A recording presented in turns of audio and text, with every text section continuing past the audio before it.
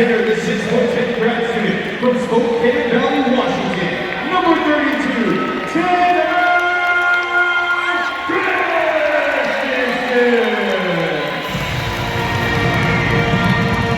What's up, you guys? How y'all doing? So, this past Saturday night, the University of Hawaii men's basketball team returned to non-conference play, and we took on a team known as Texas A&M Corpus Christi. They call themselves the Islanders. And I'll go ahead and say that that was a very good game. I'm going to put up my banner here. There you go. UH wins 71-62. Ryan Rapp, career night.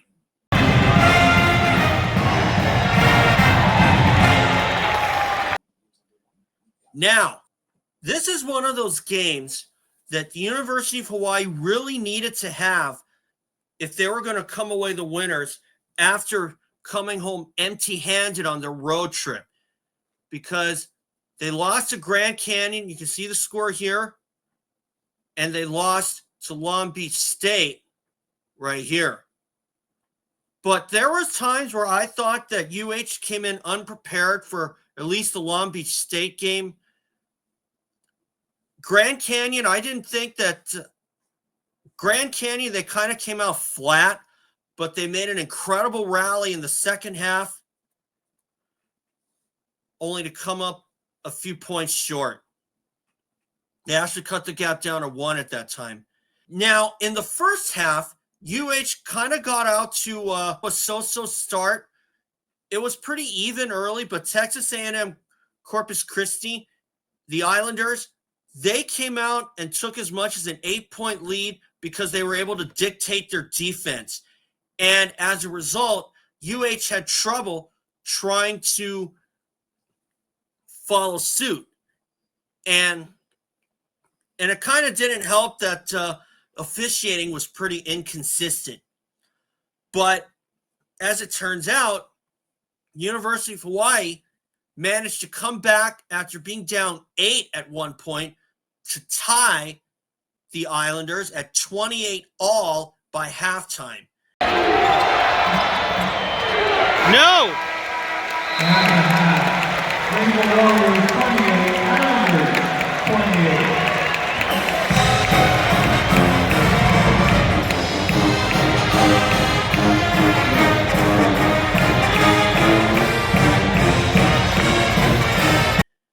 Now, the only defect is UH made 9 shots in the first half, but they committed 10 turnovers.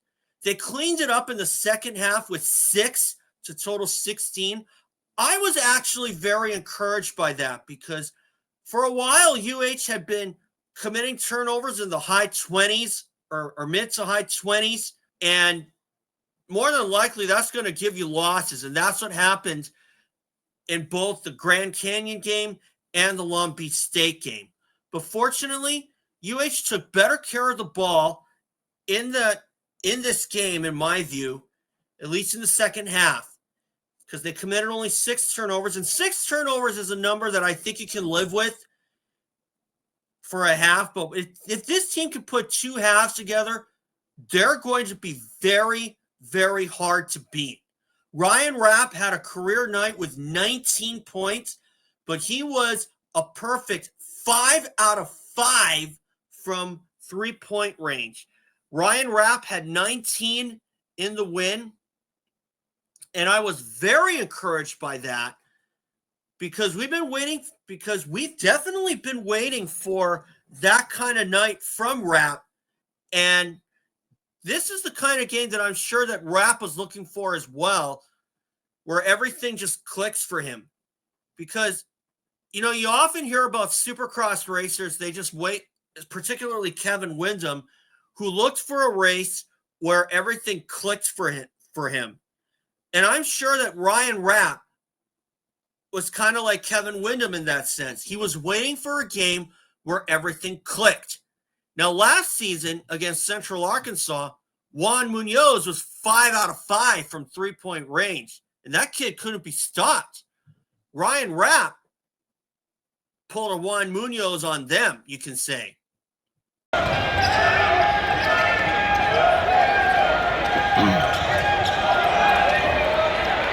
Yeah, baby! Now, as far as this team is concerned, Corpus Christi, we've only faced off against them one time, and that was back in 2002, and UH was able to win that in Honolulu. The final score then, as you're seeing here, 100-81. This one was a lot closer, and I like to think that UH could possibly have gotten close to the century mark if they were a little better in the first half. Now, this kind of game is this is the kind of game I would definitely give maybe between an A- and a B+. But what really told the story was the second half, because UH shot out to an early 11-1 run to outscore the Islanders 11-1, which forced the Islanders to call not one but two timeouts. And UH kept the fire burning then. And now Corpus Christi did come back to come within 2 points and even 1 point, but UH answered the bell every time. And that was very, very encouraging to see. Now, I will say this. Last season, when conference play came around, it took UH until game number 9 to really find themselves, because they started out 2-6 in conference, but they did not play completely inspired. They kind of came out flat and playing on only 20 minutes full game. And a lot of us were wondering when they were going to play at a full 40. And fortunately, they did that in that second matchup against Cal State Fullerton way back in February and came away the winners. University of Hawaii is really showing, as of late, that they were trying to find themselves. And that kind of started with the North Carolina loss, which ultimately ended their 4-0 start to non-conference play in their season overall. If this is the time, and this is the time where you really kind of want these things to happen, get the bad luck out of the way, and then when conference play resumes in the 2025 year, that's when the University of Hawaii can really say that they'll be a legitimate threat. Now, are they going to beat these? Now, are they going to beat or win the conference? Probably not, but, you never know. You got to have the kind of breaks to come your way. Just like what I saw with Ryan Rapp going 5 for 5 from 3-point range. He was 7 for 8 from the field, and Gytis Nemeikša has been showing that he is another version of Predrag Savovich, as my dad pointed out to me once. So when Savovich was here around the early 2000s, Savovich was flashy, but he was not really flash, or I should say not really flashy, but he was always in the right place at the right time. And Gytis Nemeikša is kind of taking a page out of that book.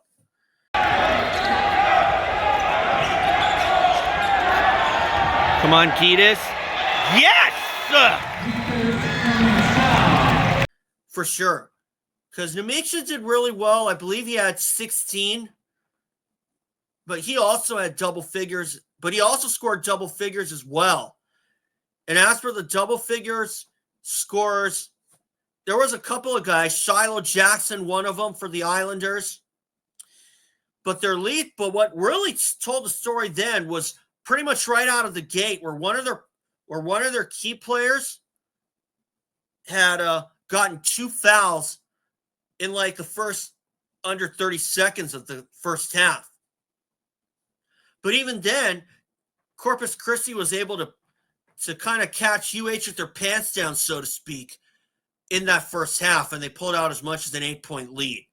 But UH managed to come back and tie it up. They finally got into a rhythm, and I was very encouraged to see that.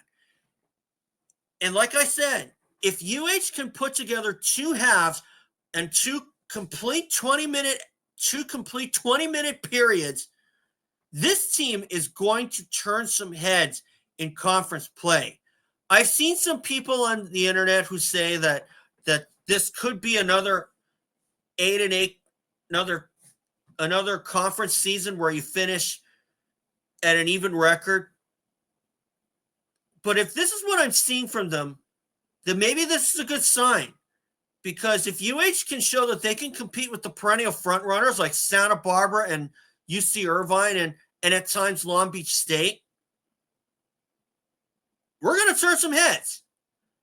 And if Tanner Christensen can help himself out in the post, especially on defense, we might be able to come through and get some wins against some teams that we probably didn't think we'd get. Okay? And hopefully, guys like Akira Jacobs or Tom Beattie have career nights themselves. Because as far as they're concerned, there wasn't much scoring there. Because Akira had only 3 points. Tom Beattie didn't score at all.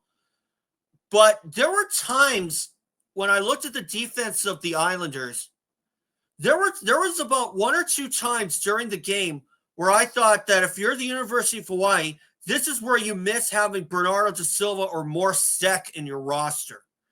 Because those guys did really well on defense.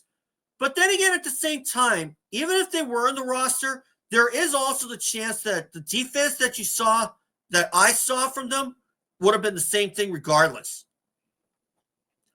But then you never know.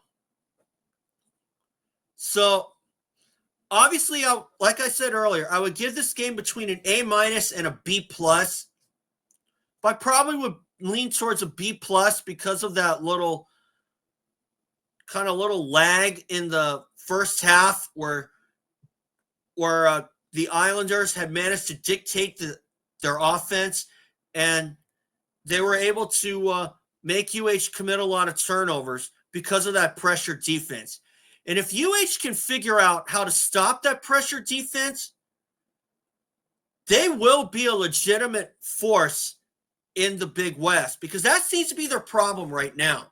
Last season, they were having troubles where they would jump out to an early lead only to lose control to their opponents and then play catch up from that point on. And a lot of us wish that it didn't take them that long till game number 9 to really find themselves. And maybe, just maybe, if UH can find themselves before conference play resumes in the new year, this could be another season to remember. Take my word on it. Because UH was picked to finish 7th in the Big West in 2024-25. But from what I've seen so far, this team can do much better than that. And I think they will do much better than that. Because what do the preseason predictions mean? Probably nothing. Because this team can turn some heads. And I believe in this team just as much as the next person does. And if we can get career nights from guys like Rapp and Beattie and Tanner Christensen, maybe even Jerome Palm, this season is going to be very enjoyable. Now, the one other thing that I also noticed is that for quite a while, Gannat has been putting in local boy Aaron Hunkin-Claytor as part of the defense, and even at the one position. And this has got me thinking that maybe this is another experiment like what happened with Junior Madut a couple of seasons ago, or I should say 3 seasons ago, when Junior Madut has some point guard experience in him. And Aaron Hunkin-Claytor has been put at the one position quite a bit. And I actually had no idea that Aaron Hunkin-Claytor had some point guard experience in him. And I'll tell you what, if I had media credentials, I probably would be asking Gannat that at one of the pressers. And speaking of which, I will be trying for credentials at the Diamond Head Classic. But if I don't get it, then, oh well, at least I tried. That's really where I want to be. I feel like I'm a fish in water.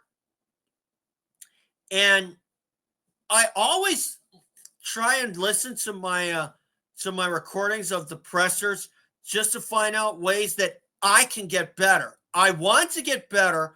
I want to be there.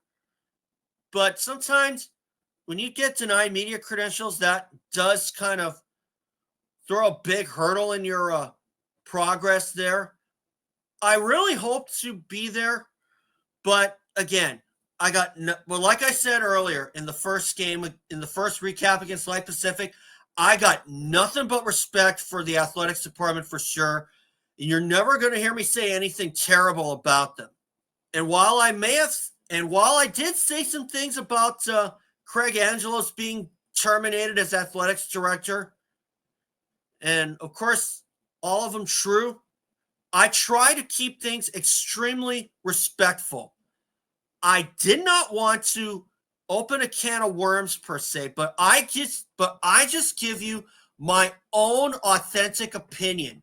And I try to keep it extremely respectful so I don't get on anyone's bad sides and be forced to kind of apologize about this. Even though I would do an apology video, if I do open a can of worms and get on somebody's bad side, then I'll do it.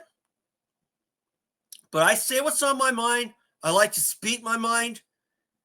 And I will do it on someone if they got the wrong guy. And that kind of happened to me last year. But at the time, I was just kind of too busy kind of feeling guilty for myself at that time. Because you're not supposed to cheer at the media desk. And I didn't, really. There was somebody else who was sitting 2 seats away from me. So, and unfortunately, I kind of took the fall on that because a couple others thought that I did cheer when I really didn't. But still, I know what to do now. I hope that I'll be there for the Diamond Head Classic. That's going to start on December 22nd. That is next Sunday. And UH will go up against Charlotte, a team we've only faced one time before, and that was back in 1998, where we ended up losing to them by, I believe, 3 points. So I'm not sure where to put UH. I might put them as maybe 4-point favorites. I don't know. I don't quite remember that Charlotte game, even though I was in the audience at that time. But anyway, we'll see. Usually when UH hosts the Diamond Head Classic, they're always kind of given the weaker opponents so they can be in the winner's bracket. But at times it just doesn't work out. Like how in 2021, when the Diamond Head Classic took place, and UH was playing for 7th overall in the Classic, but they ended up pulling out of their Christmas Day game due to COVID concerns. And Vanderbilt won the Diamond Head Classic by default after Stanford pulled out due to COVID concerns in their roster. So that was kind of a messy Diamond DHC, but still, that's up next. Hopefully I'll be at the media desk as well. If I don't, then I'll be in the stands. I'll still be getting my shots. But still, I really like being at the media desk. I want to be there more often. But I'm not going to give up, and I will keep trying. So just thought I'd give you guys a little update. So I'm really hopeful that I will be at the media desk for the DHC. No guarantees though. But if I don't get there, then at least I can say I tried, and I'll try again next season. So anyway, guys, thanks for watching. And remember, subscribe. Next game will be next Sunday, the Diamond Head Classic. And hopefully I will be there for sure. And I kind of have and hopefully as an outside thought, hopefully I might get reconsidered and I'll be at the media desk for conference play. But I'm not going to hold my breath on it. I kind of doubt it though. But softball, water polo, we'll see what happens there. So anyway, guys, thanks for watching. And remember, subscribe. I'll see you all for the Diamond Head Classic. You will see recaps there. I might do 3 videos. I might do 2 videos. I might do 1, but we'll see what happens. So thanks, guys. Subscribe, and I'll catch y'all later. Well, I'm a Poto, folks.